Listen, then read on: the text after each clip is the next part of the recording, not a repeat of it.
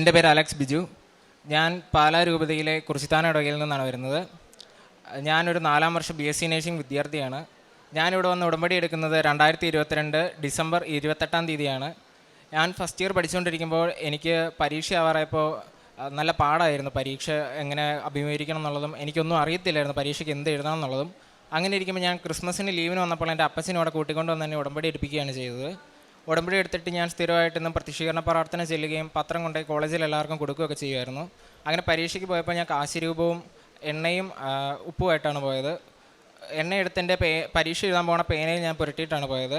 ഉപ്പാണെങ്കിൽ ഞാൻ പോക്കറ്റ് ഇട്ടിട്ട് എൻ്റെ ഉത്തരപേപ്പറിനകത്ത് ഇട്ടിട്ടാണ് ഞാൻ പോയത്. അങ്ങനെ പരീക്ഷ എഴുതി റിസൾട്ട് വന്നപ്പോൾ ആകെ 10 പേരെ പാസ്സായിട്ടുണ്ടായിരുന്നുള്ളൂ. അതിൽ ബോയ്സിൽ ആകെപ്പാടെ പാസ്സായത് ഞാനായിരുന്നു. അതുപോലെ തന്നെ സെക്കൻഡ് ഇയറിൻ്റെ റിസൾട്ട് വന്നു കഴിഞ്ഞപ്പോൾ എനിക്ക് ഫസ്റ്റ് ക്ലാസ്സോട് തന്നെ റിസൾട്ട് പാസ്സായി. ഞാൻ സെക്കൻഡ് ഇയർ പാസ്സായി. അങ്ങനെ ഇരിക്കുമ്പോഴാണ് എനിക്ക് ഓഗസ്റ്റ് മാസം ഒരു 2024 ഓഗസ്റ്റ് മാസത്തിൽ എനിക്ക് ഒരു പനി ഉണ്ടാവുകയും അതേ തുടർന്ന് തളർച്ച അനുഭവപ്പെടുകയും ചെയ്തു. അങ്ങനെ ആശുപത്രിയിൽ ചെന്ന് ബ്ലഡ് ടെസ്റ്റ് ചെയ്ത് കഴിഞ്ഞപ്പോൾ എനിക്ക് ഡെങ്കു ആണെന്ന് പറഞ്ഞു. ഡെങ്കു എന്ന് പറഞ്ഞത് തന്നെ വീട്ടിൽ വിളിച്ചു പറഞ്ഞപ്പോൾ വീട്ടിലേക്ക് പോരാൻ പറഞ്ഞിട്ട് ഞാൻ വീട്ടിൽ വന്നു.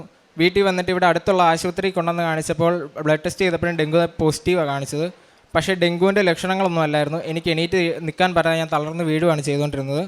അവിടുത്തെ ഡോക്ടറിനെ പിന്നെയും ചെക്ക് ചെയ്തിട്ട് എനിക്ക് ഗില്ലൻ ബാരി സിൻഡ്രം എന്ന് പറയുന്ന 1,00,000 ഒരാൾക്ക് വരുന്ന ഒരു റെയർ ഡിസീസാണ്. ഇത് വന്നു കഴിഞ്ഞാൽ ശരീരം മൊത്തം തളർന്നു പോകുമെന്ന് പറഞ്ഞു. എത്രയും പെട്ടെന്ന് കാരിത്താസിലേക്കോ അല്ലെങ്കിൽ മെഡിക്കൽ കോളേജിലേക്കോ മാറ്റിക്കോളാൻ പറഞ്ഞു. ഞങ്ങൾ എത്രയും പെട്ടെന്ന് കാരിത്താസിൽ കൊണ്ടുവന്ന് അവിടെ ചെന്ന് കഴിഞ്ഞിട്ട് നെർവ് കണ്ടക്ഷൻ സ്റ്റഡി എന്ന് പറയുന്ന ഒരു ടെസ്റ്റ് ചെയ്തു. ടെസ്റ്റ് ചെയ്തപ്പോൾ എനിക്ക് ഗില്ലൻ ബാരി സിൻഡ്രം എന്ന് പറയുന്ന അസുഖമാണെന്ന് ഉറപ്പിച്ചു. അങ്ങനെ ഉറപ്പിച്ച് കഴിഞ്ഞപ്പോൾ ഇതിന് ട്രീറ്റ്മെൻറ്റ് ഇല്ലാത്തൊരു അസുഖമാണ്. മാനേജ്മെൻ്റ് എന്നുള്ള രീതിക്ക് നമുക്ക് 5 ദിവസത്തെ ഒരു ഇഞ്ചക്ഷൻ എടുക്കാമെന്ന് പറഞ്ഞു. ഇഞ്ചക്ഷൻ ചിലവേറിയ ഒരു ചികിത്സയാണ് ഇതിനുള്ളത്. അതിന് 3,50,000 രൂപ ഇഞ്ചക്ഷൻ തന്നെ ആവുമെന്ന് പറഞ്ഞു. അങ്ങനെ എന്ത് ചെയ്യണം എന്നറിയാൻ മേലായിരുന്നു. 5ൻ്റെ പൈസ കയ്യിലായിരിക്കുന്ന സമയമായിരുന്നു. ഉടമ്പടി എടുത്തെന്നുള്ള ഒറ്റ ധൈര്യത്തിൽ ഇഞ്ചക്ഷൻ സ്റ്റാർട്ട് ചെയ്യാൻ പറഞ്ഞു. ഇഞ്ചക്ഷൻ സ്റ്റാർട്ട് ചെയ്തു. ഈ അസുഖം ബാധിച്ചവർ റിക്കവറി ടൈമായിട്ട് ഒരു വർഷമേലും എടുക്കും. ഈ അസുഖത്തിൽ തിരിച്ച് തളർച്ച മാറി പഴയ പോലെ നടന്നു തുടങ്ങാനെങ്കിൽ അത്രയെങ്കിലും ടൈം എടുക്കും കുറഞ്ഞത്. എനിക്ക് ഇഞ്ചക്ഷൻ സ്റ്റാർട്ട് ചെയ്ത് 3-ാം ദിവസം തന്നെ എൻ്റെ കൈക്കും കാലിലും ചലനം വെച്ച് തുടങ്ങി. അങ്ങനെ 5-ാം ദിവസം ഞാൻ ഇഞ്ചക്ഷൻ തീർന്നു കഴിഞ്ഞപ്പോൾ എണീറ്റ് നിൽക്കാനും പിടിച്ച് നടക്കാനൊക്കെ തുടങ്ങി. കൃത്യം 1 മാസം കൊണ്ട് എനിക്ക് പഴയ പോലെ നടക്കാൻ സാധിച്ചു. അത് കഴിഞ്ഞിട്ട് ഞാൻ 2 മാസം കൊണ്ട് തിരിച്ച് കോളേജിലേക്ക് പോയി. അമ്മ എനിക്ക് നൽകിയ വലിയൊരു അനുഗ്രഹമായിട്ടാണ് ഞാനിതിനെ കാണുന്നത്. എൻ്റെ 2ാം ജന്മം തന്നെയാണിത്. ഈ അസുഖം ബാധിച്ച് കൂടുതൽ പേര് മരിച്ചു പോയിട്ടാണുള്ളത്. ഇത് 10 പേരിൽ 8 പേരെങ്കിലും മരിച്ചു പോയിട്ടുണ്ട്. ബാക്കി 2 പേരും തളർച്ച ബാധിച്ച് വർഷങ്ങളോളം കിടപ്പിലാവുന്ന അവസ്ഥയാണ് ഈ അസുഖം ബാധിച്ച പലർക്കും ഉണ്ടാകുന്നത്. അതുപോലെ തന്നെ ഞങ്ങളുടെ 5 വർഷമായിട്ടൊരു സ്ഥലം വിൽക്കാൻ ഇട്ടിട്ടുണ്ടായിരുന്നു. അത് വിൽക്കാൻ പറ്റാതെ കിടക്കുമായിരുന്നു. ഞങ്ങളിവിടെ ഒന്ന് ഉടമ്പടി വെച്ച് അവിടെ പോയിട്ട് ഉപ്പും തൈലവും കൊണ്ട് ഞങ്ങളെ ആ സ്ഥലത്തിട്ടിരുന്നു. അങ്ങനെ ഡിസംബർ 31-നകം അത് വിറ്റ് തരണമെന്ന് മാതാവിനോട് നിയോഗം വെച്ചിരുന്നു. നവംബർ 20-ന് ആ സ്ഥലം വിറ്റ് അതിൻ്റെ ആധാരം ചെയ്തു. ഞാൻ എന്നെ കണ്ടുമുട്ടുന്ന എല്ലാവരോടും എൻ്റെ ഈ അനുഭവം ഞാൻ പറയാറുണ്ട്.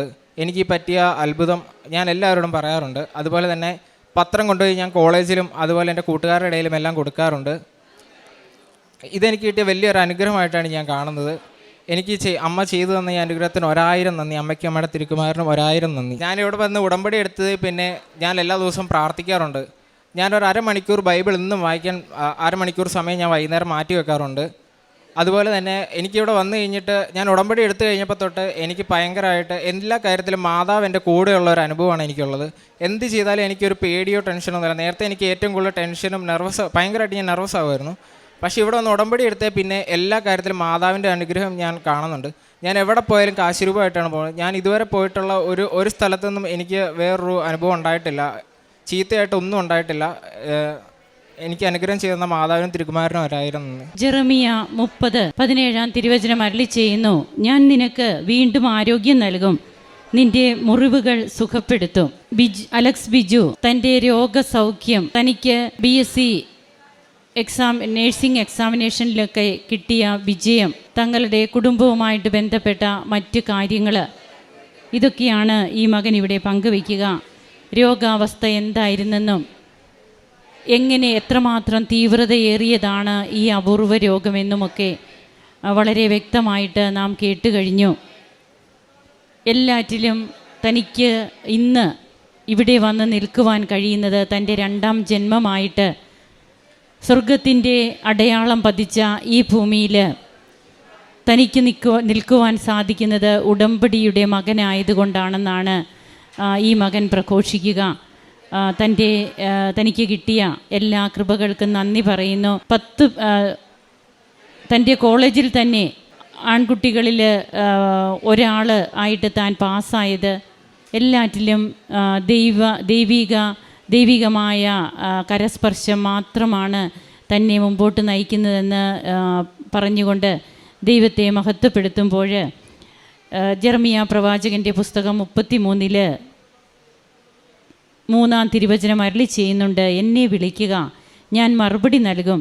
നിൻ്റെ ബുദ്ധിക്ക് അതീതമായ മഹത്വം നിഗൂഢവുമായ കാര്യങ്ങൾ ഞാൻ നിനക്ക് വെളിപ്പെടുത്തും. ഇത് തന്നെയല്ലേ എല്ലാ ദിവസവും ഈ അൾത്താരയിൽ സംഭവിച്ചു കൊണ്ടിരിക്കുക. ബുദ്ധിക്ക് അതീതമായ കാര്യങ്ങൾ, ദൈവിക ഇടപെടലുകൾ. ജനങ്ങൾ പ്രാർത്ഥിക്കുന്ന ഇടം ശീലോഹാകുളമാകുമെന്ന് ബഹുമാനപ്പെട്ട ജോസഫ് അച്ഛൻ ഒരു ഉടമ്പടി ധ്യാനത്തിൽ പറയുകയുണ്ടായി. ഇത് ജനങ്ങൾ പ്രാർത്ഥിക്കുന്ന ഇടം ശീലോഹാകുളമാകുന്ന കൃപാസനത്തിൻ്റെ ഈ ആലയം, ഇത് എല്ലാവർക്കും വേണ്ടി തുറന്നിട്ടിരിക്കുന്ന സ്വർഗീയമായ സാന്നിധ്യം കുടികൊള്ളുന്ന ഈ ഇടത്തിലേക്ക് ഇന്ന് വന്ന് ഈ ശീലോഹാകുളത്തിൽ കുളിച്ച് ദൈവിക സ്പർശം ലഭിച്ചു പോയി തങ്ങളുടെ ജീവിതത്തെ മാറ്റിമറിക്കുന്ന അനുഭവങ്ങൾ തങ്ങൾക്കുണ്ടാകുമ്പോൾ പിന്നീട് അങ്ങോട്ട് ദൈവത്തോടൊത്തുള്ള ജൈത്രയാത്ര തുടങ്ങുന്ന ഉടമ്പടിയുടെ മക്കളുടെ ഒരു ഘോഷയാത്രയായിട്ട് ഇന്ന് ഉടമ്പടി ജീവിതം പരിണമിക്കുകയാണ്. നമുക്ക് കരങ്ങളടിച്ച് ദൈവത്തെ ആരാധിക്കാം, മഹത്വപ്പെടുത്താം. ഈശോയ്ക്കും അമ്മയ്ക്കും നന്ദി പറയാം. അത്യപൂർവ ദൈവാനുഭവങ്ങൾ ഇനി നിങ്ങൾക്കും സ്വന്തം. ഈ യൂട്യൂബ് ചാനൽ ഇതുവരെ സബ്സ്ക്രൈബ് ചെയ്തിട്ടില്ലെങ്കിൽ ഇപ്പോൾ തന്നെ സബ്സ്ക്രൈബ് ചെയ്യുക. ഈ വീഡിയോ ഇപ്പോൾ തന്നെ നിങ്ങളുടെ സുഹൃത്തുക്കൾക്ക് ഷെയർ ചെയ്തുകൊണ്ട് കർത്താവിൻ്റെ പ്രേക്ഷിതരാകുക.